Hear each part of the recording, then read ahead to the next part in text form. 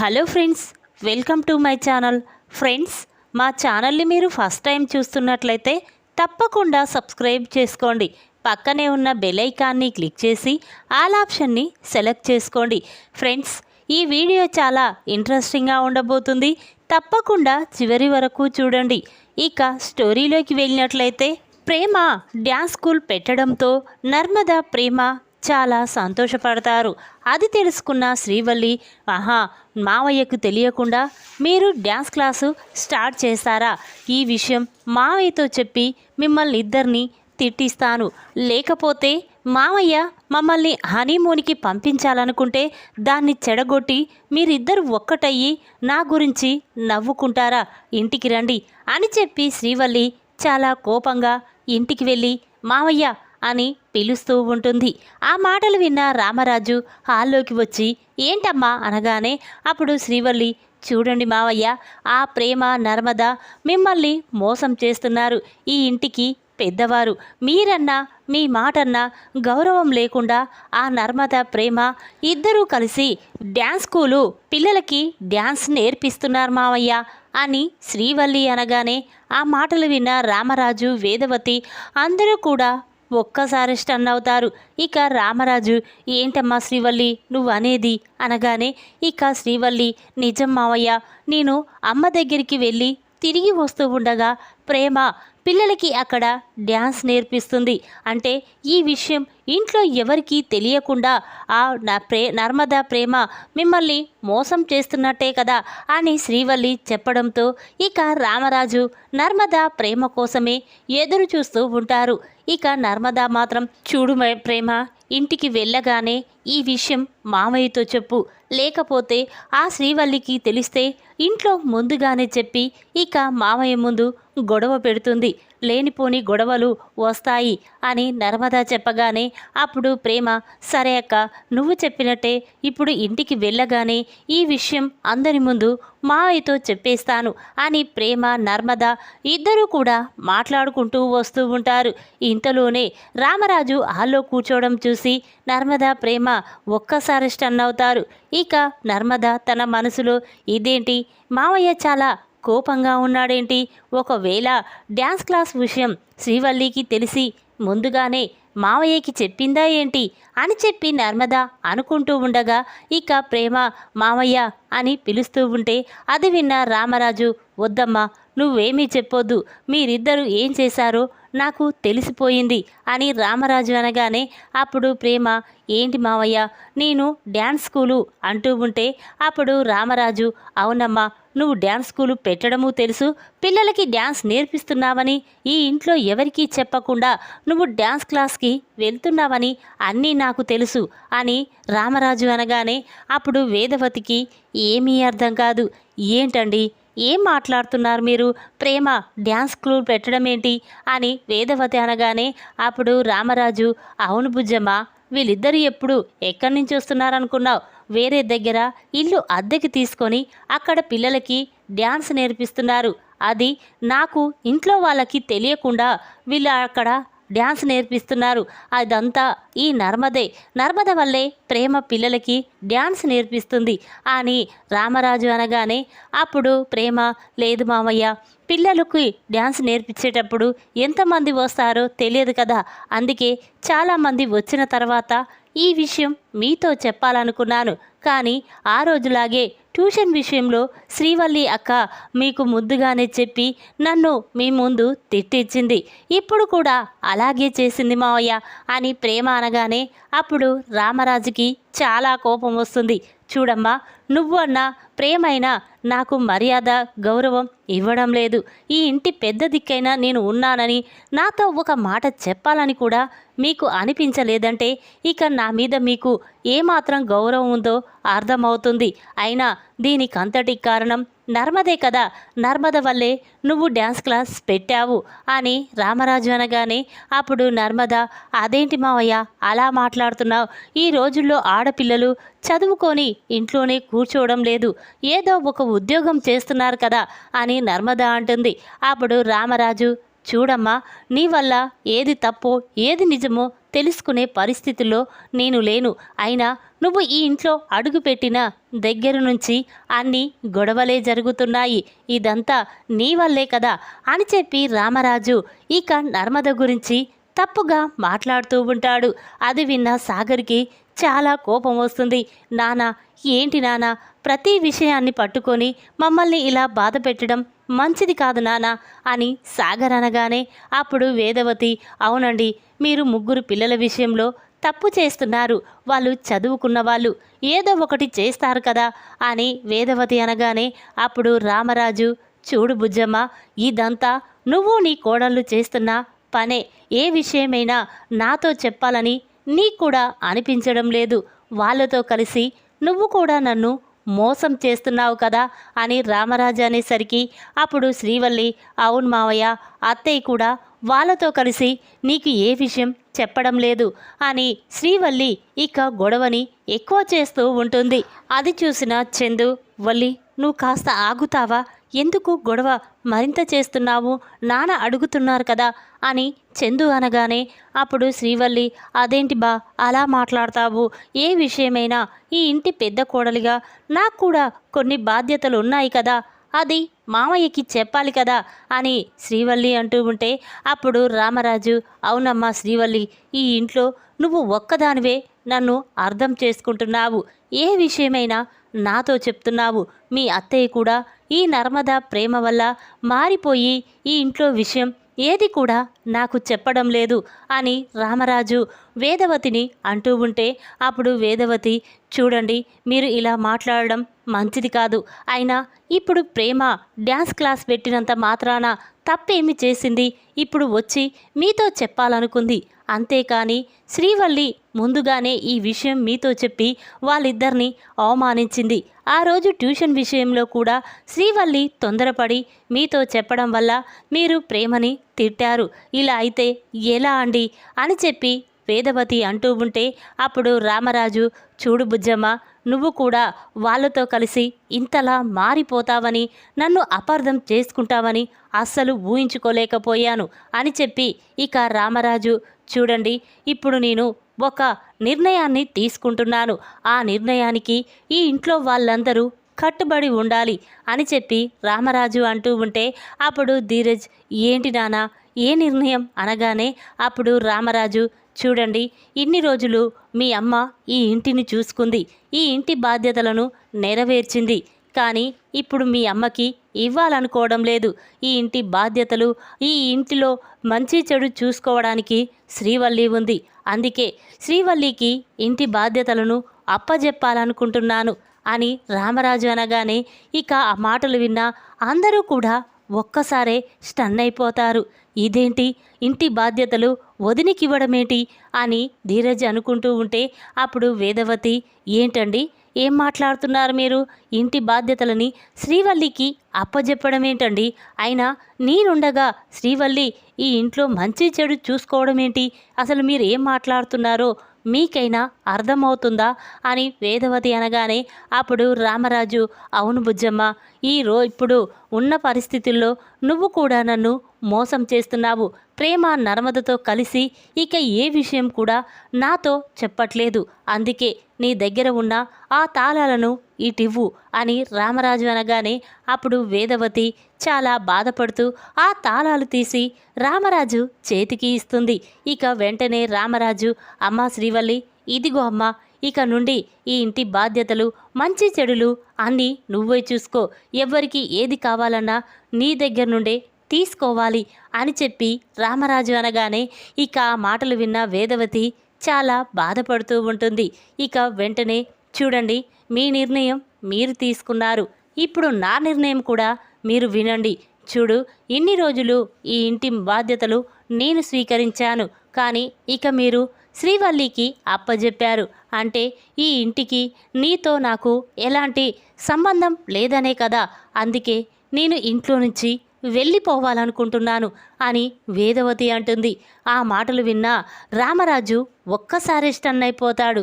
అదేంటి బుజ్జమ్మ, నువ్వు ఇంట్లో నుంచి వెళ్ళిపోవడమేంటి? ఏం మాట్లాడుతున్నావు నువ్వు అనగానే అప్పుడు వేదవతి, అవునండి, ఇప్పుడు మీరు నా మీద మీకు నమ్మకం లేదు కదా, అందుకే ఇంటి బాధ్యతలని శ్రీవల్లికి అప్పజెప్పారు కదా, అందుకే నేను ఇంట్లో నుంచి వెళ్ళిపోవాలనుకుంటున్నాను అని చెప్పి ఇక వేదవతి ఇంట్లోకి వెళ్ళి ఇక బ్యాగ్లో బట్టలు సర్దుకుంటూ ఉంటుంది. అది గమనించిన శ్రీవల్లి తన మనసులో ఇదేంటి, ఈ ఇంటి బాధ్యతలు ఆస్తి అన్నీ నేను నా సొంతం చేసుకొని బావని తీసుకొని మా పుట్టింటికి వెళ్ళిపోవాలనుకున్నాను, కానీ అత్తయ్య మాత్రం ఇంటి బాధ్యతలు నాకు అప్పజెప్పగానే ఇంట్లో నుంచి వెళ్ళిపోతానని మావయ్యకి చెప్పిందేంటి అని చెప్పి శ్రీవల్లి అనుకుంటూ ఉంటుంది. ఇక చందు, నాన్న మీరు చేసేది తప్పు, అమ్మ ఉండగా ఈ ఇంటి బాధ్యతలు వల్లికి ఇవ్వడం మంచి పద్ధతి కాదు. చూడండి నాన్న, వెంటనే ఈ ఇంటి బాధ్యతలని అమ్మకు అప్పజెప్పండి అని చందు అంటాడు. ఇక రామరాజు, అదేంట్రా నువ్వు కూడా అలా మాట్లాడతావేంట్రా అని రామరాజు అనగానే అప్పుడు ధీరజ్, అవును నాన్న, ప్రేమ నర్మద చేసిన విషయంలో అమ్మని దోషిగా నిలబెట్టడం మంచిది కాదు. పాపం అమ్మ నీ కోసం ఆ రోజు తన పుట్టింటిని వదులుకొని నీ దగ్గరికి వచ్చింది, కానీ ఇప్పుడు నువ్వు అమ్మని నమ్మకుండా ఇంట్లో నుంచి వెళ్ళిపోవాలా నువ్వు కారణమవుతున్నావు, ఒక్కసారి అర్థం చేసుకో నానా అని ధీరజ్ అంటాడు. ఇక వేదవతి బ్యాగ్ తీసుకొని ఇంట్లో నుంచి వెళ్తూ ఉంటుంది. అది చూసిన ధీరజ్, అమ్మ నువ్వు వెళ్ళొద్దు, ఏంటమ్మా నాన్న ఒక మాట అన్నంత మాత్రాన ఇంట్లో నుంచి వెళ్ళిపోవద్దని నువ్వే మాకు చెప్తావు కదమ్మా, ఇప్పుడు ఏమైందమ్మా అని ధీరజ్ అంటూ ఉంటే అప్పుడు వేదవతి, లేదురా, మీ నాన్నకి నా మీద నమ్మకం లేదు, నిన్న కాక మొన్న వచ్చిన ఆ కోడలి మాట అంటే ఆ కోడలి మీదే నమ్మకం ఉంది, అందుకే నేను ఎవరిని ఏమీ అనకుండా నా అంతట నేను ఇంట్లో నుంచి వెళ్ళిపోతున్నాను, నా కోసం మీరేమీ బాధపడకండి అని చెప్పి వేదవతి అంటూ ఉంటే అప్పుడు రామరాజు, బుజ్జమ్మ అలా చెయ్యడం మంచిది కాదు, నువ్వు ఇంట్లో నుంచి వెళ్ళిపోవడమేంటి అనగానే అప్పుడు వేదవతి, లేకపోతే ఏంటండి, నా మీద నమ్మకం లేనప్పుడు ఈ ఇంట్లో నేను ఎవరి కోసం ఉండాలి, ఎందుకోసం ఉండాలి అని చెప్పి ఇక వేదవతి చాలా బాధపడుతూ ఉంటుంది. ఇంతలోనే అక్కడికి నర్మద వల్ల నాన్న వస్తాడు. అది చూసిన రామరాజు ఒక్కసారి స్టన్ అవుతాడు.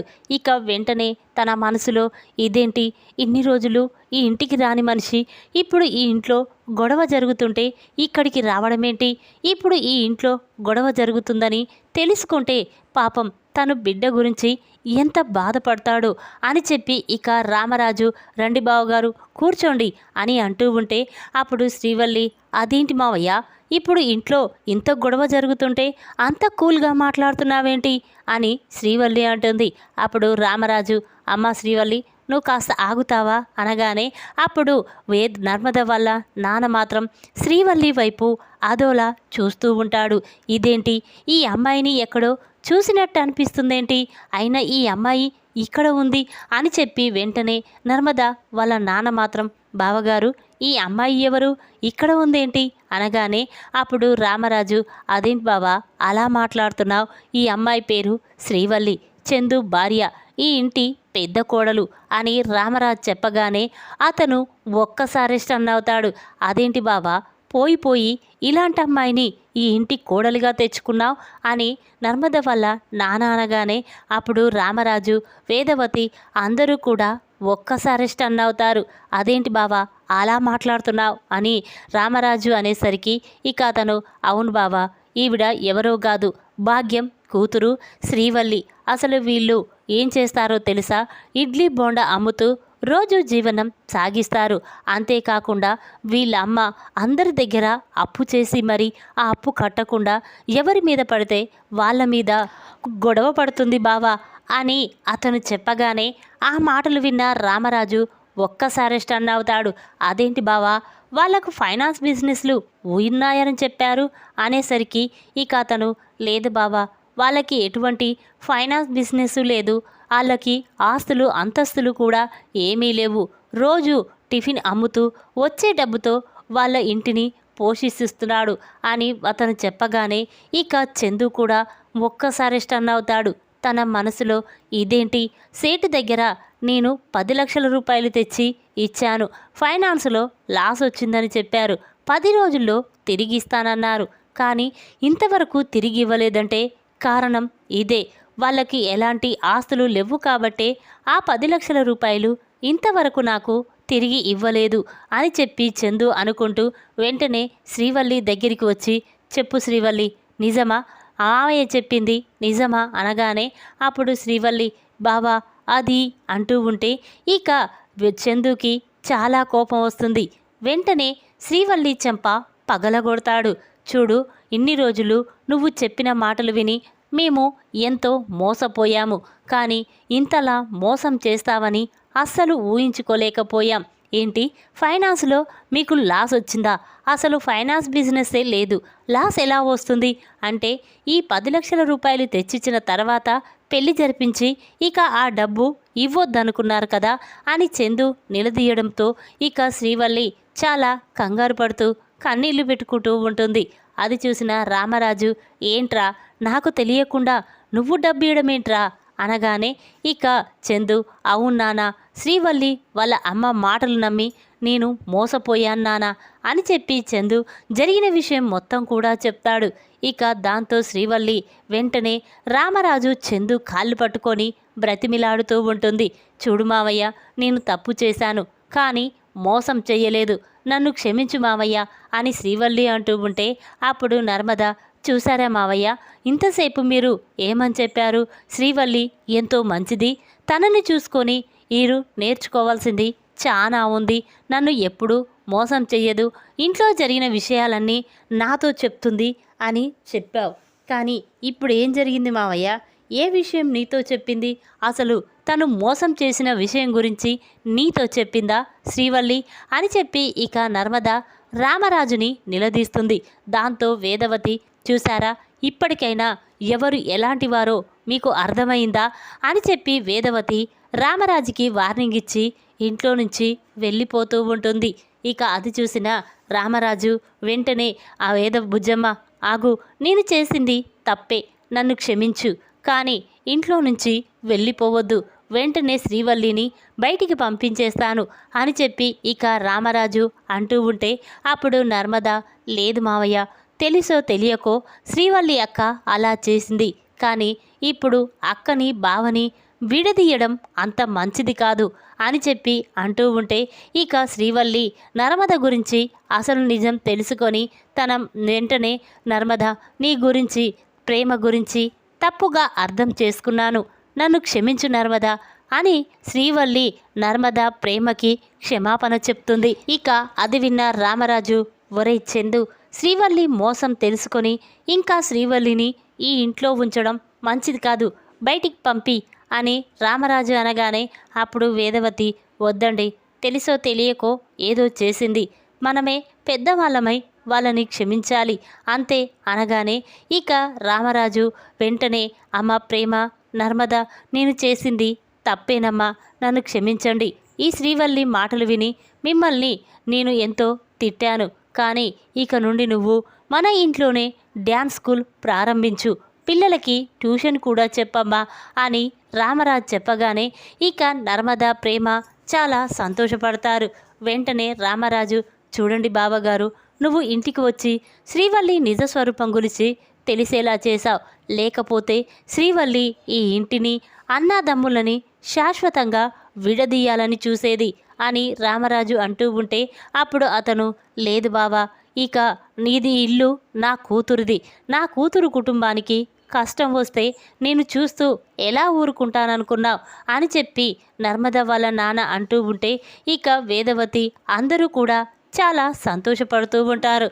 ఇక శ్రీవల్లి నిజస్వరూపం తెలుసుకున్న రామరాజు అందరూ కూడా చాలా బాధపడుతూ ఉంటే అప్పుడు సాగర్, నాన్న, అవన్నీ మర్చిపోదాం, ఇక నుండి అందరం ఈ ఇంట్లో చాలా సంతోషంగా సరదాగా గడుపుతూ ఉందాం అని చెప్పి ఇక అందరూ కూడా చాలా సంతోషపడుతూ ఉంటారు.